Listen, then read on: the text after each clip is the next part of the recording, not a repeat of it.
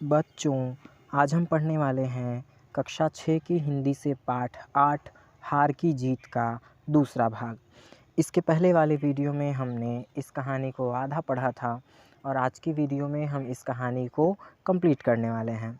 तो जिन लोगों ने इसका पहला पार्ट नहीं देखा है वो चैनल पे जा कर के इसके पूरे भाग आधे भाग को देख सकते हैं। तो आज की इस वीडियो में हम पढ़ने वाले हैं इसका दूसरा भाग।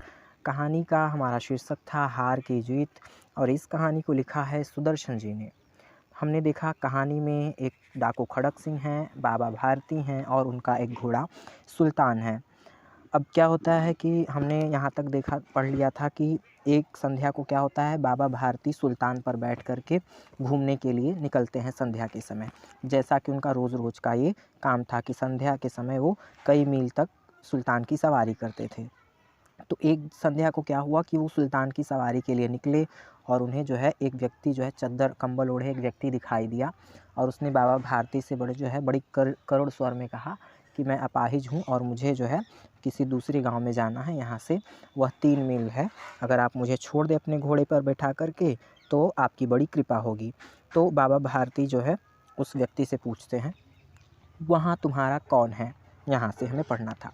बाबा भारती प्रश्न करते हैं कि वहाँ तुम्हारा कौन है, अर्थात उस गांव में जिस गांव का नाम रामवाला था, कि रामवाला गांव में तुम्हारा कौन है? वो व्यक्ति उत्तर देता है, दुर्गादत्त वैद्य का नाम सुना होगा, उनका सौतेला भाई हूँ। यानी वो व्यक्ति जो कंबल ओढ़े हुए था वो जवाब देता है बाबा भारती को कि दुर्गादत्त वैद्य हैं, उनका नाम आपने सुना होगा, मैं उनका सौतेला भाई हूँ। बाबा भारती ने घोड़े से उतरकर अपाहिज को घोड़े पर सवार किया और स्वयं उसकी लगाम पकड़कर धीरे धीरे चलने लगे। अब बाबा भारती ने क्या किया, वो अपने घोड़े सुल्तान पर से उतर गए और उन्होंने क्या किया, उस अपाहिज व्यक्ति को घोड़े पर बिठाया और लगाम को पकड़ा और धीरे धीरे जो है चलने लगे। सहसा उन्हें एक झटका सा लगा और लगाम हाथ से छूट गई। उनके आश्चर्य का ठिकाना न रहा जब उन्होंने देखा कि अपाहिज घोड़े की पीठ पर तनकर बैठा है और घोड़े को दौड़ाए लिए जा रहा है। क्या हुआ? सहसा का अर्थ होता है अचानक। अचानक जो बाबा भारती हैं उन्हें झटका सा लगा ज़ोर का और लगाम उनके हाथ से छूट गया और उन्होंने बड़े ही आश्चर्य से होकर देखा कि वो व्यक्ति जो अपाहिज था वो बिल्कुल सीधा तनकर बैठा हुआ है घोड़े पर और घोड़े को दौड़ा कर लेकर जा रहा है। उनके मुख से भय, विस्मय और निराशा से मिली हुई चीख निकल गई। वह अपाहिज डाकू खड़क सिंह था।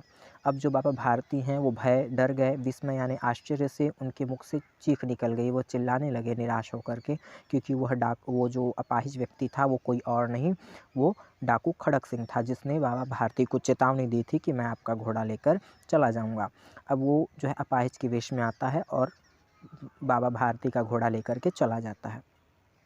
बाबा भारती कुछ देर तक चुप रहे और इसके पश्चात कुछ निश्चय करके पूरे बल से चिल्लाकर बोले, ज़रा ठहर जाओ। पहले तो बाबा भारती कुछ देर तक वही जो है चुपचाप खड़े रहे और थोड़ी देर के बाद उन्होंने जो है पूरे बल से चिल्लाकर, यानी जो है जितनी शक्ति उनके पास थी उस शक्ति से चिल्लाते हुए उन्होंने कहा, ज़रा ठहर जाओ। खड़क सिंह ने आवाज़ सुनकर घोड़ा रोक लिया और उसकी गर्दन पर प्यार से हाथ फेरते हुए कहा, बाबा जी, यह घोड़ा अब न दूंगा। खड़क सिंह ने जब बाबा भारती की आवाज़ सुनी तो उसने अपने घोड़े को रोक लिया और रोक के उसकी गर्दन पर हाथ फिराते हुए बाबा भारती से कहा कि बाबा जी, अब यह घोड़ा मैं आपको वापस नहीं दूंगा, परंतु एक बात सुनते जाओ। अब बाबा भारती ने जब ऐसा सुना तो उन्होंने कहा कि ठीक है, तुम मुझे घोड़ा भले ही ना दो, लेकिन मेरी एक बात सुनते जाओ। खड़क सिंह ठहर गया। बाबा भारती ने निकट जाकर उसकी ओर ऐसी आंखों से देखा जैसे बकरा कसाई की ओर देखता है और कहा, यह घोड़ा तुम्हारा हो चुका, मैं तुमसे वापस करने के लिए नहीं कहूँगा, परंतु खड़क सिंह, केवल एक प्रार्थना करता हूँ, उसे अस्वीकार न करना, नहीं तो मेरा दिल टूट जाएगा। अब क्या हुआ, बाबा भारती जो है वो खड़क सिंह के पास जाते हैं और उसे ऐसी दृष्टि से देखते हैं जैसे कोई बकरा कसाई को देखता है, यानी बकरा जो है कटने से पहले जैसे कसाई को जिस जो है विनम्रता से, जिस जो भाव विभोर से देखता है, उसी दृष्टि से बाबा भारती ने खड़क सिंह की ओर देखा और कहा कि ठीक है, यह घोड़ा तुम्हारा है, मैं तुमसे वापस नहीं मांगूंगा, परंतु मेरी एक प्रार्थना है। प्रार्थना का अर्थ होता है विनती, कि मेरी एक विनती है, उसे मान लो। अगर तुमने उसे अस्वीकार कर दिया तो मेरा दिल टूट जाएगा, अर्थात मुझे ख़राब लगेगा अगर तुमने मेरी प्रार्थना को अस्वीकार कर दिया। अस्वीकार का अर्थ होता है मना कर देना। बाबा जी आज्ञा कीजिए, मैं आपका दास हूँ, केवल यह घोड़ा न दूंगा। अब खड़क सिंह कहता है कि आज्ञा कीजिए बाबा जी, मैं तो आपका दास हूँ। दास का अर्थ होता है नौकर, कि मैं तो आपका नौकर हूँ, केवल यह घोड़ा न दूंगा, यानी इस घोड़े को छोड़ करके आप जो भी चीज़ कहेंगे मैं आपकी बात मानने के लिए तैयार हूँ। अब घोड़े का नाम न लो, मैं तुमसे इसके बारे में कुछ न कहूँगा।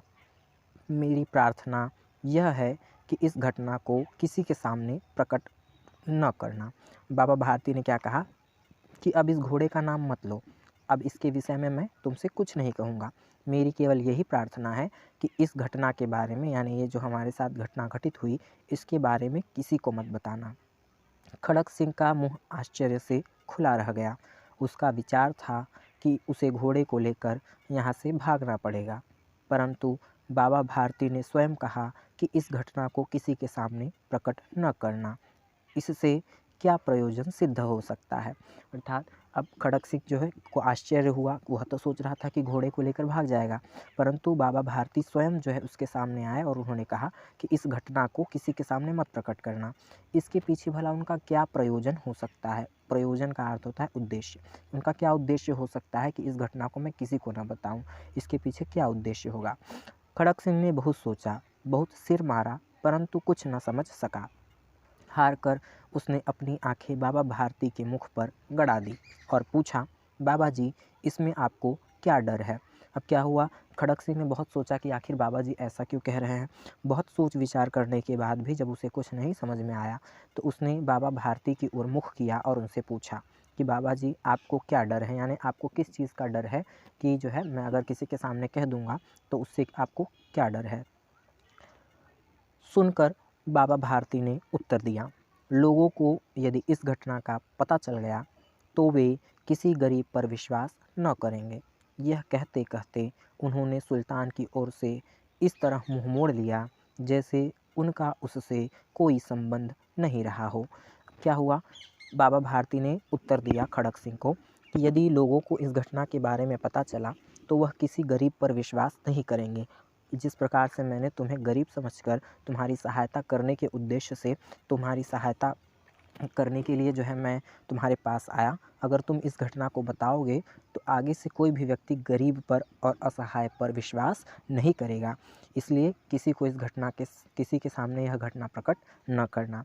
और यह कहते हुए उन्होंने सुल्तान की ओर से अपना मुंह मोड़ लिया जैसे वो उसे जानते ही न हो, जैसे उसका कोई संबंध ही न हो। आगे क्या हुआ कहानी में, अब बाबा भारती चले गए, परंतु उनके शब्द खड़क सिंह के कानों में उसी प्रकार गूंज रहे थे। सोचता था, कैसे ऊंचे विचार हैं, कैसा पवित्र भाव है। उन्हें इस घोड़े से प्यार था, इसे देखकर उनका मुख फूल की नाई खिल जाता था। अब बाबा भारती तो वहाँ से चले गए, परंतु जो उनके शब्द थे, उनकी बातें जो थी, वह खड़क सिंह के कानों में गूंज रही थी।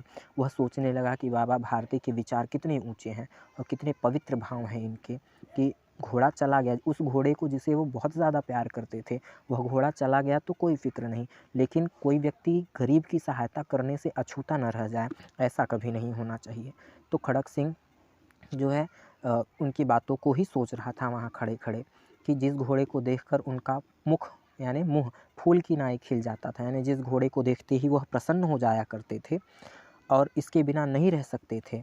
इसकी रखवाली में रात सोए नहीं, भजन भक्ति न करी, रखवाली करते रहे, परंतु आज उसके मुख पर दुख की एक रेखा तक न दिखाई पड़ी थी।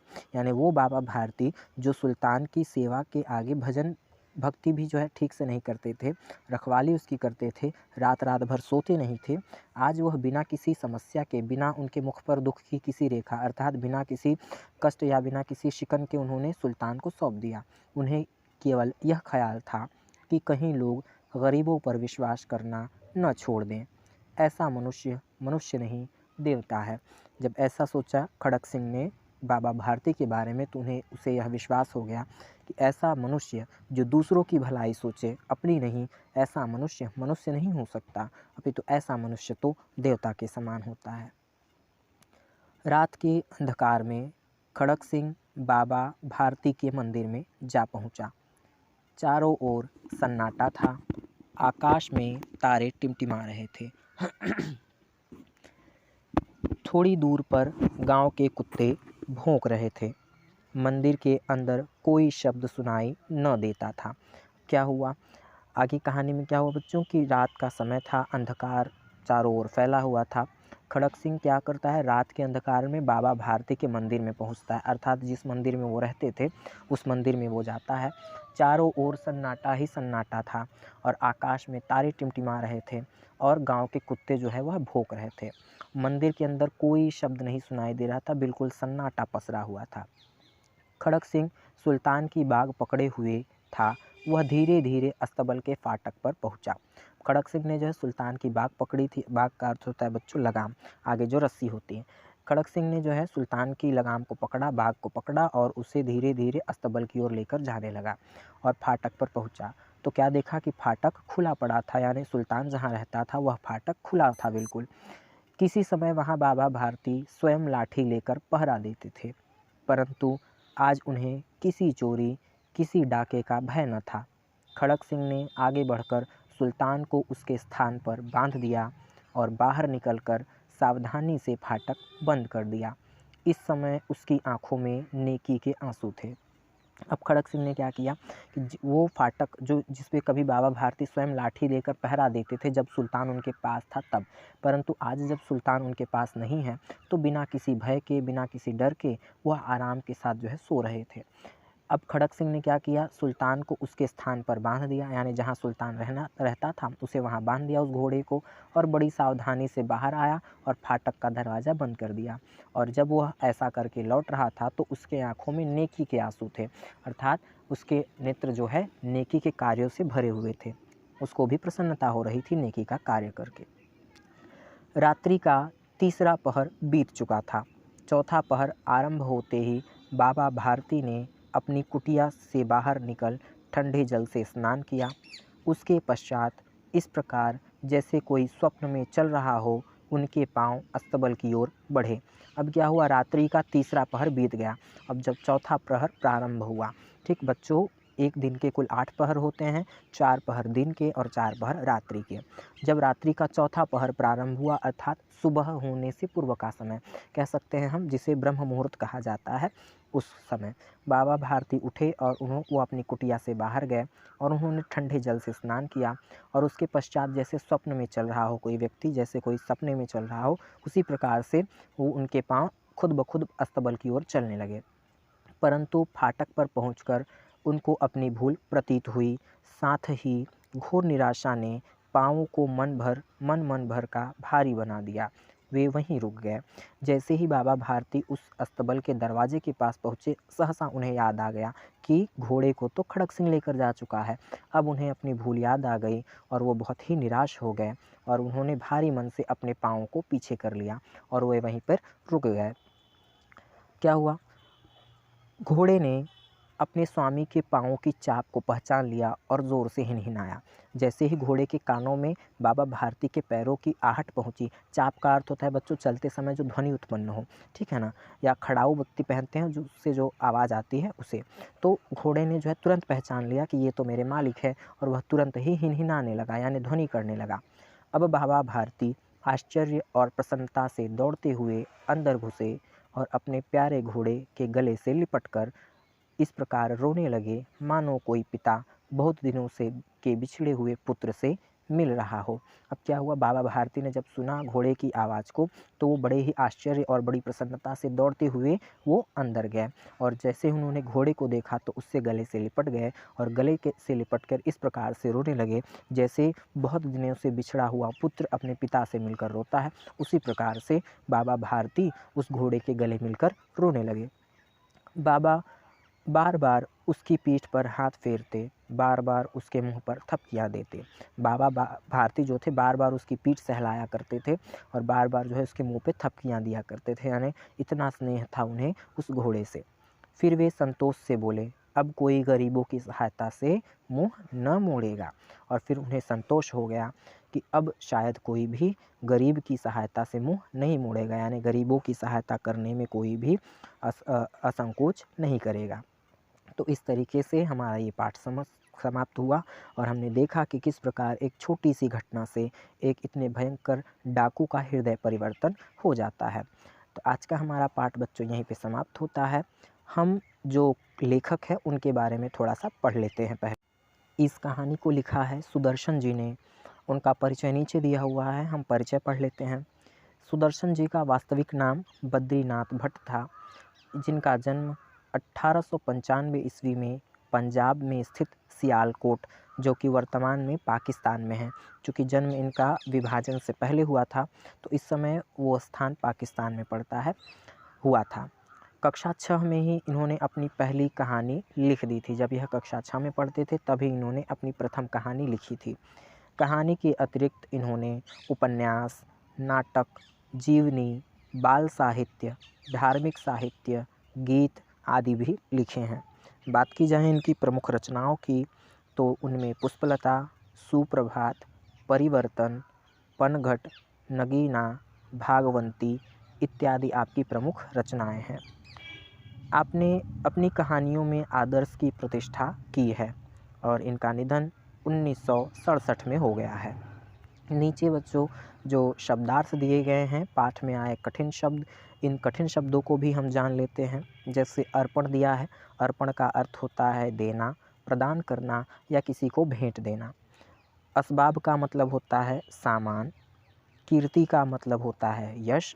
अभिलाषा का अर्थ होता है इच्छा। अस्तबल का मतलब होता है घुड़साल या तबेला, जिस स्थान पर घोड़े रहते हैं। सहर्षों अर्थात होता है हजारों। बांका मतलब सुंदर और बनाठना, जो शरीर से सुडौल हो। बाहुबल यानी भुजाओं की शक्ति, भुजाओं में जो शक्ति होती है। नाई यानी तरह या समान। मिथ्या का अर्थ होता है झूठ। कंगले का अर्थ होता है गरीब या कंगाल कह सकते हैं। प्रयोजन का अर्थ होता है उद्देश्य। इसी प्रकार से आपके पाठ्य पुस्तक के पीछे भी कुछ शब्दार्थ दिए गए हैं। जैसे दुख की रेखा का अर्थ होता है थोड़ा सा दुख। नेकी के आंसू अर्थात उपकार के भाव या दया का भाव। प्रतीत का अर्थ होता है मालूम होना या विदित करना। पाँवों की चाप यानी पैरों की जो आवाज़ होती है। तो इस तरीके से आज का हमारा ये पाठ समाप्त हुआ। पाठ था हार की जीत, यूपी बोर्ड कक्षा 6 की हिंदी पाठ्य पुस्तक से पाठ 8 सुदर्शन जी द्वारा लिखी गई कहानी। तो आज के लिए बस इतना ही। जाने से पहले आप लोगों से रिक्वेस्ट है, अगर आप चैनल पे फर्स्ट टाइम विज़िट कर रहे हैं या आप चैनल पे रेगुलर आते हैं और अभी तक चैनल को सब्सक्राइब नहीं किया है, तो हमारे चैनल को सब्सक्राइब कर लीजिए और बेल आइकन को भी प्रेस करना ना भूलें, ताकि आने वाले हर वीडियो का नोटिफिकेशन आप तक पहुंचता रहे।